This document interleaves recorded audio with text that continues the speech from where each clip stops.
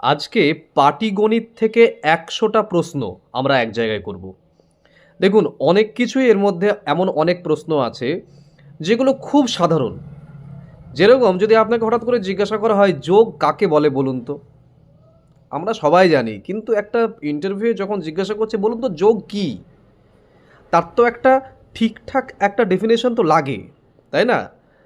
তো এই রকমের যে যত প্রশ্ন হয়, এবং পাটিগণিত থেকে তো কম প্রশ্ন হবে না। যদি আপনি বিচার করেন যে ওই জ্যামিতি থেকে যত প্রশ্ন হয়, পাটিগণিত থেকে তার থেকে বেশি প্রশ্ন হতে পারে আর কি। ঠিক আছে? তাহলে পাটিগণিত থেকে ১০০টা প্রশ্ন আমরা এক জায়গায় করব আজকে। দরকারে নোট ডাউন করে নেব, অথবা যদি প্রয়োজন মনে করেন পিডিএফ নেবার, তাহলে এই নম্বরে যোগাযোগ করে নিতে পারেন, হোয়াটসঅ্যাপের মাধ্যমে পিডিএফ পেয়ে যাবেন। প্রথম প্রশ্ন, পাটিগণিত কী বা পাটিগণিত কাকে বলে? পাটিগণিত হলো সংখ্যার উপর যোগ, বিয়োগ, গুণ, ভাগ ইত্যাদি মৌলিক গণিতের শাখা। প্রাকৃতিক সংখ্যা কাকে বলে? ১ থেকে শুরু করে ১, ২, ৩, ৪ এভাবে চলতে থাকা সমস্ত সংখ্যাকে প্রাকৃতিক সংখ্যা বলে। তাহলে শূন্য কিন্তু প্রাকৃতিক সংখ্যা, তার মানে নয়, এটা মাথায় রাখতে হবে। পূর্ণ সংখ্যা কাকে বলে? শূন্য সহ সকল প্রাকৃতিক সংখ্যাকে পূর্ণ সংখ্যা বলে। তার মানে কি হলো? সমস্ত প্রাকৃতিক সংখ্যাই পূর্ণ সংখ্যা, কিন্তু একটি পূর্ণ সংখ্যা শূন্য, সে কিন্তু প্রাকৃতিক সংখ্যা নয়।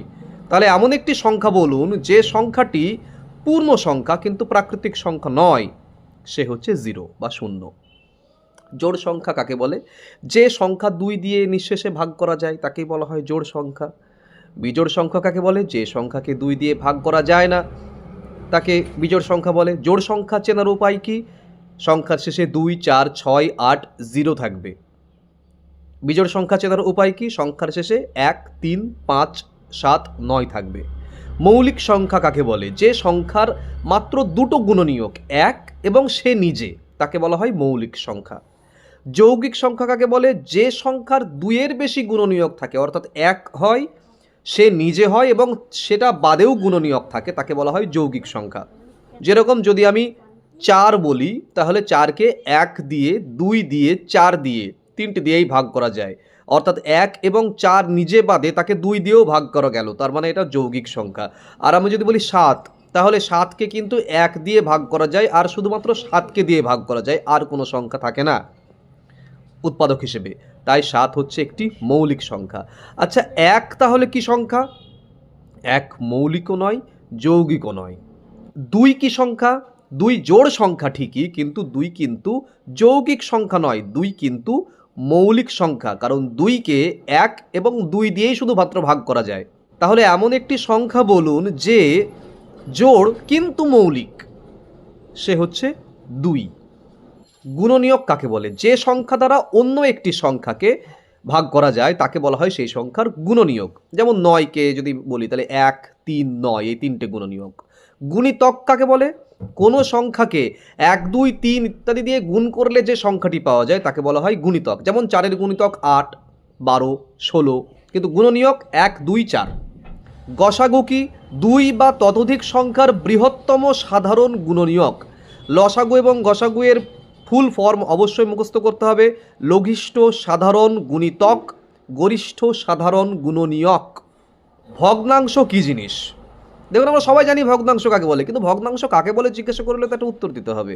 কোনো সম্পূর্ণের অংশ বোঝাতে যে সংখ্যা ব্যবহার করা হয় তাকে বলা হয় ভগ্নাংশ। প্রকৃত ভগ্নাংশ কাকে বলে? যে ভগ্নাংশের লব হরের চেয়ে ছোট, অর্থাৎ লব ছোট হর বড়, সে হচ্ছে প্রকৃত ভগ্নাংশ। অপ্রকৃত ভগ্নাংশ কি? যে ভগ্নাংশের লব বড় হর ছোট, তাকে বলা হয় অপ্রকৃত ভগ্নাংশ। মিশ্র ভগ্নাংশ কাকে বলে? পূর্ণ সংখ্যা এবং ভগ্নাংশ মিলিয়ে যে ভগ্নাংশ, যেমন 2 পূর্ণ 3-এর 4, এটি হচ্ছে মিশ্র ভগ্নাংশ। আচ্ছা, সমস্ত অপ্রকৃত ভগ্নাংশকেই কি মিশ্র ভগ্নাংশে পরিণত করা যায়? অবশ্যই করা যায়। যেমন যদি আমি মনে করি যে 4-এর 3, মানে 4/3, উপরে 4, লব 4, নিচে 3, তার মানে কি হলো? লব বড় হর ছোট, তাহলে এটা কি হয়ে যাচ্ছে? একটা অপ্রকৃত ভগ্নাংশ।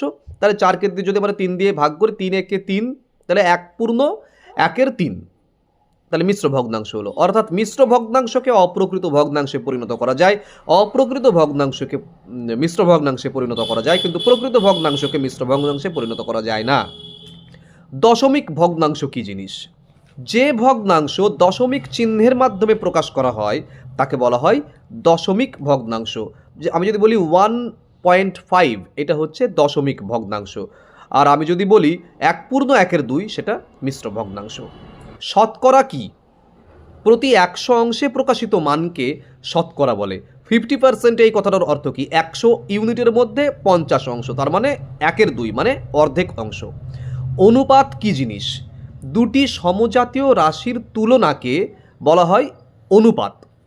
সমানুপাত কাকে বলে? যখন দুটি অনুপাত সমান হয় তখন তাকে বলা হয় সমানুপাত। গড় কাকে বলে? সব মানের যোগফলকে মোট মানের সংখ্যা দিয়ে ভাগ করলে যে সংখ্যা পাওয়া যায় তা হচ্ছে গড়। যোগ কাকে বলে? দুটি বা ততোধিক সংখ্যাকে একত্র করবার যে প্রক্রিয়া তাকে বলা হয় যোগ। বিয়োগ কাকে বলে? একটি সংখ্যা থেকে অন্য সংখ্যা কমানোর যে প্রক্রিয়া তাকে বলা হয় বিয়োগ। গুণ কাকে বলে? একই সংখ্যাকে বারবার যোগ না করে একসঙ্গে যোগ করবার যে পদ্ধতি তাকে বলা হয় গুণ, অর্থাৎ গুণ হচ্ছে যোগের সংক্ষিপ্ত রূপ। ভাগ কাকে বলে? একটি সংখ্যাকে সমান অংশে বিভক্ত করবার যে প্রক্রিয়া, বারবার বিয়োগ না করে একবারে ভাগের মাধ্যমে আমরা কিন্তু এই কাজটি করতে পারি। এখান থেকে একটা ভালো প্রশ্ন হয় যে গুণ কাকে বলে? এক কথায় বললে যোগের সংক্ষিপ্ত রূপ গুণ, আর ভাগ কি? বিয়োগের সংক্ষিপ্ত রূপ ভাগ। ভাগশেষ কাকে বলে? ভাগ করবার পর যদি কোনো সংখ্যা অবশিষ্ট থাকে তাকে বলা হয় ভাগশেষ। যাকে আর ভাগ করা যায় না তাকে বলা হয় ভাগশেষ। ভাজক কাকে বলে? যে সংখ্যা দিয়ে ভাগ করা হয় তাকে ভাজক বলে। ভাজ্য কাকে বলে? যে সংখ্যাকে ভাগ করা হয় তাকে বলা হয় ভাজ্য। যেটা রেজাল্ট বেরোয় তাকে বলা হয় ভাগফল। এবং শেষে যদি কিছু পড়ে থাকে অবশিষ্ট, যাকে আর সেই সংখ্যা দিয়ে ভাগ করা যায় না তাকে বলা হয় ভাগশেষ। শূন্য দিয়ে ভাগ করা যায় কি? না, কোনো সংখ্যাকে শূন্য দিয়ে কখনো ভাগ করা যায় না, কারণ ভাগ মানে তো ডিস্ট্রিবিউট করতে হবে। কারোর শূন্যর মধ্যে ডিস্ট্রিবিউট মানে তো কেউই নেই, কার মধ্যে ডিস্ট্রিবিউট করব? তাহলে শূন্য দিয়ে ভাগ করা যায় না। স্থান মান কাকে বলে? সংখ্যায় অঙ্কের অবস্থান অনুযায়ী তার মানকে স্থান মান বলা হয়। মুখ্য অঙ্ক কি? সংখ্যার বাম দিকের প্রথম অশূন্য অঙ্ক। রোমান সংখ্যা কি? I, V, X, L, C, D, M ইত্যাদি দ্বারা প্রকাশিত যে সংখ্যা পদ্ধতি। এবার কিন্তু একইভাবে কিন্তু মানে একদম র্যাপিড ফায়ারের মতো কিন্তু জিজ্ঞাসা করতে পারে 1 কিলোমিটার মানে কত মিটার, 1000 মিটার, 1 কেজি মানে কত গ্রাম, 1000 গ্রাম, 1 লিটার মানে কত মিলিলিটার, 1000 মিলিলিটার, এরকম কিন্তু বিভিন্ন ধরনের এই চেঞ্জগুলো আর কি হ্যাঁ ধরতে পারে, কিন্তু এগুলো কিন্তু মাথায় রাখতে হবে। সময় পরিমাপের একক কি? সেকেন্ড, মিনিট, ঘন্টা। টাকা পয়সার হিসাব কোন অধ্যায়ের অন্তর্গত? পাটিগণিত। লাভ কাকে বলে? বিক্রয় মূল্য যখন ক্রয় মূল্যের থেকে বেশি হয়ে যায় তখন লাভ হয়। ক্ষতি কি? যখন ক্রয় মূল্যই বিক্রয় মূল্যের থেকে বেশি হয়ে যায় তখন তাকে বলা হয়, মানে বিক্রয় মূল্য কম হয় ক্রয় মূল্যের থেকে, তখন তাকে বলা হয় ক্ষতি। ক্রয় মূল্য কাকে বলে? যে দামে জিনিস কেনা হয় তাকে ক্রয় মূল্য বলে। বিক্রয় মূল্য কাকে বলে? যে দামে কোনো জিনিস বিক্রি করা হয় তাকে বলা হয় বিক্রয় মূল্য। সাধারণ সুদ কি? মূলধনের উপর নির্দিষ্ট হারে নির্দিষ্ট সময়ের সুদকে সাধারণ সুদ বলে। হার কাকে বলে? সুদের শতকরা পরিমাণকে বলা হয় সেই সুদের হার। সময় কি?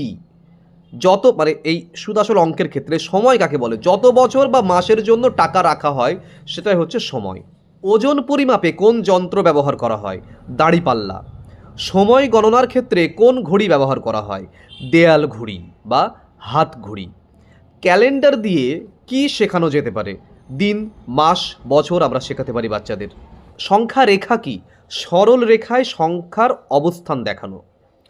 ক্রমবর্ধমান ক্রম কি? ছোট থেকে বড় সাজানো। ক্রমহ্রাসমান ক্রম কি? বড় থেকে ছোট সাজানো। আনুমানিক মান কাকে বলে?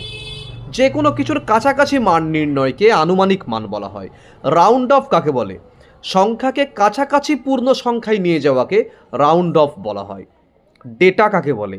তথ্য বা উপাত্তকে ডেটা বলে। বার গ্রাফ কি? দণ্ডের মাধ্যমে তথ্য প্রকাশকে বার গ্রাফ বলা হয়। পিক্টোগ্রাফ কি? ছবি দিয়ে তথ্য প্রকাশকে পিক্টোগ্রাফ বলে। দৈনিক জীবনে পাটিগণিতের ব্যবহার কীরকম বলুন? কেনাকাটা, সময়, টাকার হিসেব সমস্ত কিছুতে পাটিগণিত লাগে। শিশুদের যোগ শেখাতে কি ব্যবহার করবেন?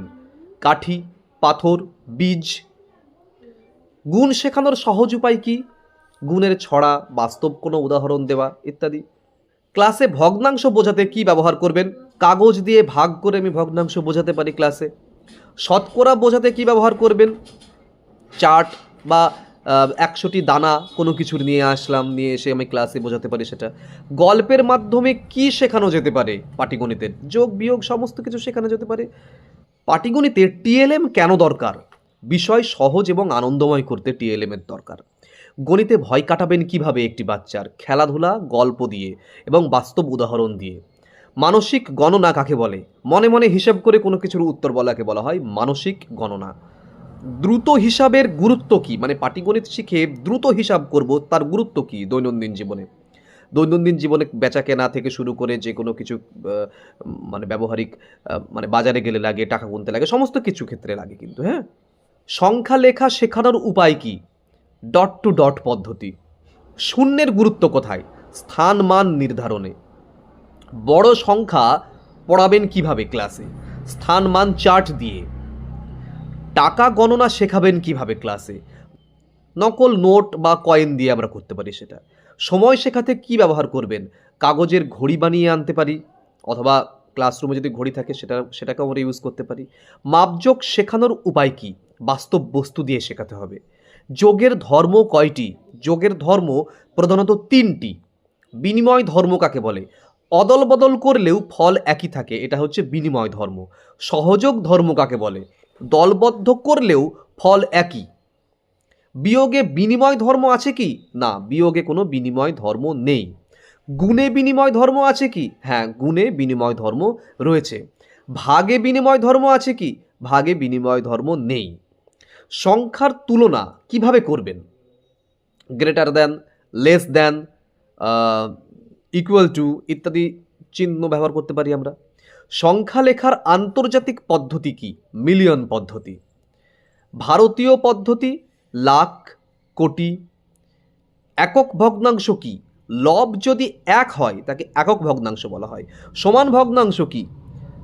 দুটো ভগ্নাংশ দেখতে আলাদা কিন্তু তাদের মান সমান, তাকে বলা হয় সমান ভগ্নাংশ। যেমন ধরো যাক 2/4 মানে 2/4 আছে, উপরে 2 নিচে 4, তাহলে আমরা যদি একে কাটাকুটি করি তাহলে কি হয়? 1/2। অর্থাৎ এরা কিন্তু সমান ভগ্নাংশ, দেখতে 2/4 বা 4/8 বা 8/16 বা 16/32, এগুলো কিন্তু সবই দেখতে আলাদা কিন্তু এদের মান সমান, তাই এরা সমান ভগ্নাংশ। সহজতম ভগ্নাংশ কাকে বলে? সর্বনিম্ন আকারে প্রকাশ করা, মানে 16/32 রয়েছে, 16/32, একে কাটাকুটি করে আমি যখন 1/2 নিয়ে আসবো সেটাই হচ্ছে সহজতম ভগ্নাংশ। আচ্ছা, ভাগের যাচাই কিভাবে করব ঠিকঠাক ভাগ হলো কিনা? ভাগফলকে যদি আমরা ভাজক দিয়ে গুণ করি তাহলে কিন্তু ভাজ্য পাওয়া যায়, অথবা ভাগশেষ যদি থাকে তাহলে ভাগফলকে ভাজক দিয়ে গুণ করবার পরে ভাগশেষ যোগ করলে ভাজ্য আসে। যোগের যাচাই কি করে করব? যোগ ঠিক হলো কিনা কি করে বুঝবো? যার সাথে যোগ করছি, মানে উপরের সংখ্যাটি, তার থেকে যদি একদম যে ফল বেরিয়েছে তাকে যদি বিয়োগ করে দিই তাহলে আরেকটি সংখ্যা পাওয়া যাবে। একইভাবে বিয়োগের যাচাই কি করে করব? যে সংখ্যাটি থেকে যে সংখ্যা বিয়োগ করেছি, মানে ছোট সংখ্যাটি আর কি, তার সঙ্গে যদি বিয়োগ ফলটিকে যোগ করে দিই তাহলে কিন্তু প্রথম সংখ্যাটি আসবে। মানে 8 থেকে 3 বিয়োগ করে 5 হয়েছে, তাহলে 5 আর 3 যোগ করলে 8 হবে। শিশুদের ভুল ঠিক করবেন কিভাবে পাটিগণিতে? ধৈর্য এবং উৎসাহের সঙ্গে। পাটিগণিতে গৃহকাজ কেন দরকার? অনুশীলনের জন্য অবশ্যই পাটিগণিতে গৃহকাজ দেওয়া দরকার। পাটিগণিতে বাস্তব উদাহরণের গুরুত্ব কতটা? পাটিগণিতে বাস্তব উদাহরণ খুবই গুরুত্বপূর্ণ, কারণ বিষয়কে সহজভাবে উপস্থাপিত করতে গেলে সেটা লাগবেই। পাটিগণিত শেখানোর লক্ষ্য কি? দৈনন্দিন বিভিন্ন সমস্যার সমাধান ঘটানো। পরবর্তী প্রশ্ন, প্রাইমারিতে পাটিগণিত কেন খুব গুরুত্বপূর্ণ? ভিত্তি মজবুত করবার জন্য প্রাইমারিতে কিন্তু পাটিগণিত খুবই গুরুত্বপূর্ণ। একজন ভালো পাটিগণিত শিক্ষক কেমন হবেন? ধৈর্যশীল, সৃজনশীল, ছাত্রবান্ধব। এই ছিল পাটিগণিত নিয়ে 100টি বেসিক প্রশ্ন। এই 100টি বেসিক প্রশ্ন ভালো করে রেডি করুন। বিশ্বাস করুন যে এর বাইরেও যদি ধরে এখান থেকে বলতে পারবেন, আপনারা কনসেপ্ট ক্লিয়ার করুন এবং আমি যতটা পারা যায় আমি গুছিয়ে দেবার চেষ্টা করছি। এছাড়াও যা, যা কিছু লাগবে আমাকে হোয়াটসঅ্যাপে জানাতে পারেন। সেগুলো তৈরি করে দেবার চেষ্টা করছি। বুঝতেই পারছেন এগুলো তো আর এমনি, এমনি হয় না। এগুলো মানে এক জায়গায় করতে হয় আমাকে আরকি, হ্যাঁ? তারপরে তো আমি এগুলো বলছি। তো এগুলোর জন্য সময় লাগছে। তবুও রোজ আমি একটি করে ভিডিও দেবার চেষ্টা করছি। যেহেতু খুব বেসিক প্রশ্ন ধরছে তাই বেসিক প্রশ্নের উপরে একটু বেশি জোর দেওয়া হচ্ছে ক্লাসগুলোতে। আ আপনারা এগুলো রেডি করুন সমস্ত কিছু। খুব সুন্দর করে রেডি করুন। অনেকেরই অনেক কিছু জানা আছে। তবুও আরেকবার ভালো করে দেখুন এবং ডেফিনিশন কিন্তু লাগে। কখনো, কখনো সবকিছু জেনেও আমাকে যখন একটা প্রশ্ন ধরছে বলুন তো গুণ কাকে বলে? আপনি বলতে পারছেন না, আপনি ২ সেকেন্ড দেরি করলে পরের প্রশ্নে স্কিপ করে যাবে কিন্তু, ঠিক আছে? তাহলে সেগুলো কিন্তু রেডি রাখতে হবে। ১ সেকেন্ডে 1 লাইনার হিসেবে কি বলতে হবে সেগুলো সমস্ত কিছু রেডি রাখতে হবে। এগুলো রেডি করুন। দেখা হচ্ছে পরের ভিডিওতে খুব তাড়াতাড়ি।